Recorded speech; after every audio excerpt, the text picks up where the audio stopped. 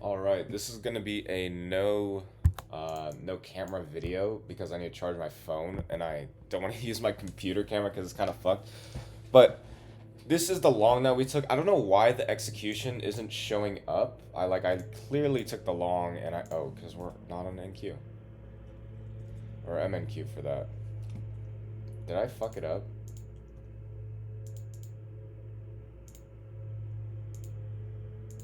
There we go. Okay, so this is the long we took. Pre-market, I'm not gonna pull up the Discord chat, but I was telling one of my friends that okay, what I'm looking for today, if we're gonna continue being bullish, and let's replay this to market open, take off this, is I know we're bullish because on the 15 minute, I marked out this market maker buy model. Right here, this is the high of our market maker buy model. These quarters are the new weekly opening gap. And what I said was, I want this to never be touched. This is basically 50% of the weekly opening gap. I want it never to be touched today or throughout the rest of the week if we want to remain bullish. And from that, I narrowed in on okay, what are my time based levels? Well, we have this 4 hour presented fair value gap. We have London low right above it. And so that alone is perfect for an entry of a buy model. London sweep, 4 hour, 50% probably has another internal sweep and then moves up higher. Or we come down to true day open at its lowest, or 50% of this high time frame range, right? This high to this low, because those are the like real big monthly levels to create our range. And we would not go lower than that, is what I would assume, or we would reverse somewhere in here, is what I was looking for. But did not happen. What we ended up doing was we took initial low, we took the closest time based sell side liquidity, while ES took initial low as well by a tick, like very, very, very slight. This is the lowest low after 7. You can see that. And first we took initial high, which kind of surprised me. I was thinking we would race to lows on open, which we did on NQ, but not ES. So it was a little surprising. See, we have the SMT that we made. Then we made an actual SMT um, before. Actually, no, sorry. We made an SMT before that with the low. Well, like I said, ES took out the high first. Then we started actually moving in correlation. Now, I'm just going to mark this out so you can see. I could have held my option longer. Really, I didn't want time decay to affect it. Honestly, I should have held it longer, but I was fine with the profit that I had. I didn't put much in the trade. It was like $100 option. I almost doubled it. So that's all right. 5 minute tap. I'm still looking for all time highs. Still very much looking for all time highs in this 5 minute. But we just have such an extended range that that option would have been nice actually. I might look into. I'm not gonna re-enter. Forget I said that. We're done for the day. Lockout on everything. But here we go into our lower time frame market maker buy model. So we see, like on the 15 minute, you can obviously see that this is a high time frame buy model. If we look at the regular trading hours, you can see kind of clearly that we create a gap, new weekly opening gap. We're in the upper quadrant. We completely sell off and rebalance the gap, basically supporting above the weekly fair value gap, and then we're trading in the upper portion of the new weekly opening gap, which is also in electronic trading hours, the market maker buy model. So that's what I was looking for going into the day. I was obviously long, and the actual trade I took was in the macro because at 950 we took out ES, or 940 or 49, 949 we took out ES sell side, initial sell side, initial low right there. Then we started the macro. We had an inversion of first presented for value gap, which is this long skinny for value gap. We have this 2 minute. We have no retraces. We have this 1 minute retrace at initial high, which is basically our internal range high. But on NQ, I was a little hesitant to take that because it was right here. I was thinking we could retrace, obviously, and that would be, 40, 50 points, 60 points. And I don't want to get stopped out and have to get another re-entry if I want to get in on this move. So what did I do? I looked at this, didn't trade into it. This overnight high, we traded into it. And so what did I do? I took a long right here, and you can see, why did my executions go away? It's kind of strange. I turned it off once, and then it's just gone. But you saw the executions before. What I did was I entered with 6 contracts, 25-point stop. I wanted to see if we were going to immediately reverse and trade to like 50% of the range or something like that.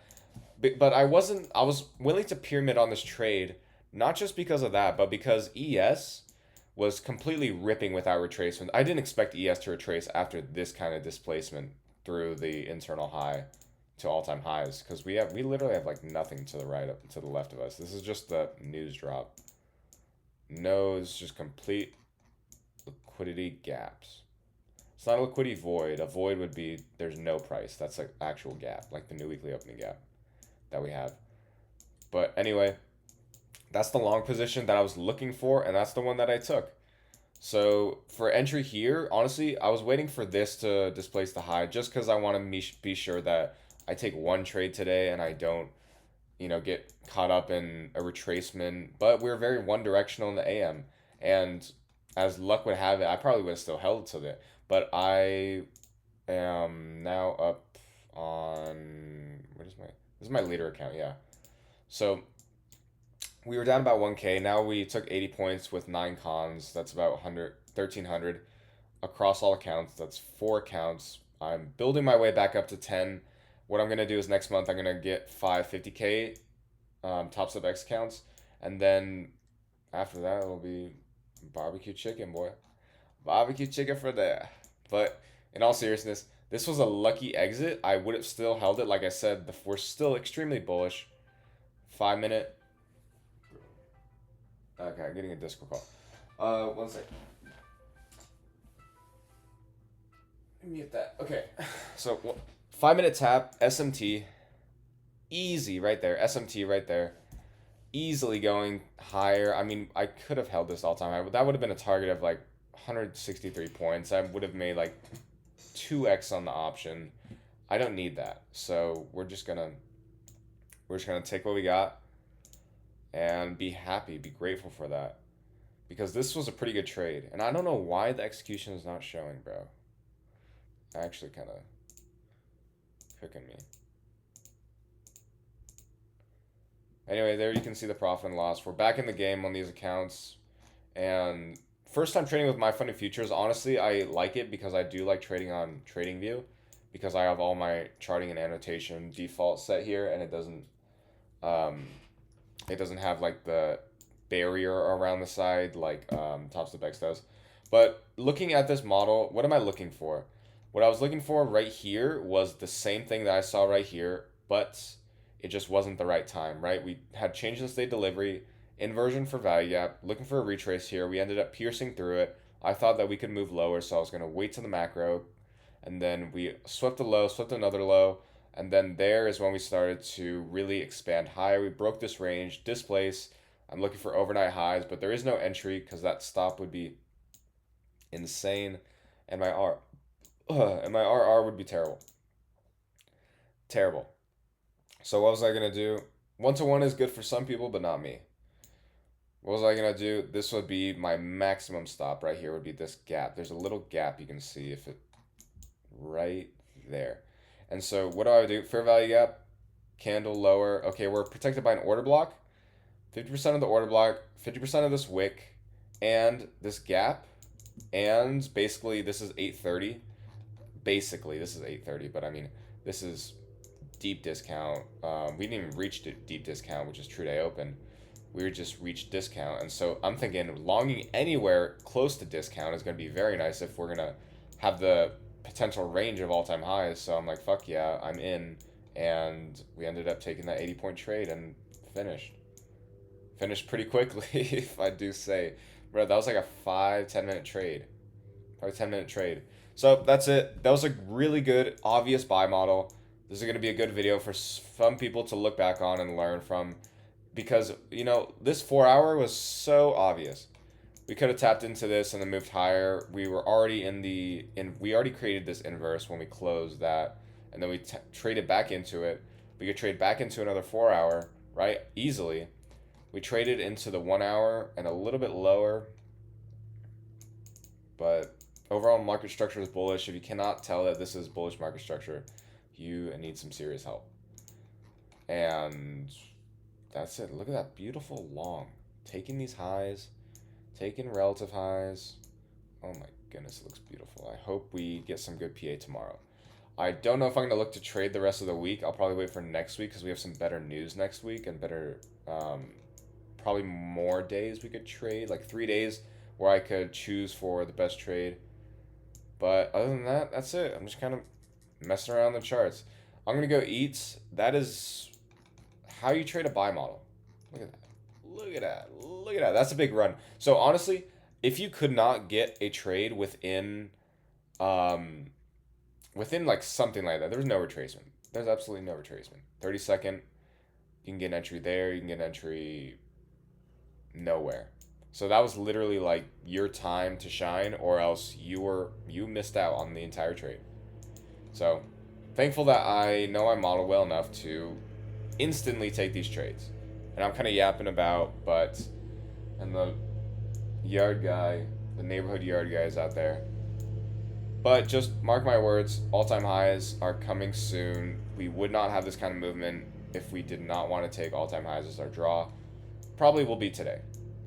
If not, then tomorrow. And I'll be ready for that all-time high because usually we're starting to, like traditionally, we take all-time high and then we sell off. But right now, we've kind of been displacing low-key. On the daily, take all-time high, retrace and displace. We might just displace completely because after that retrace, we're kind of like get a little bit high. Never mind. That was kind of a weird scenario. Like that kind of expansion. That's what I'm looking for right here because it was a pretty impactful movement. I don't know if we're going to expand that much because we already reached our psych level of 2,500, right? And so we're kind of still like in that 2,500 range.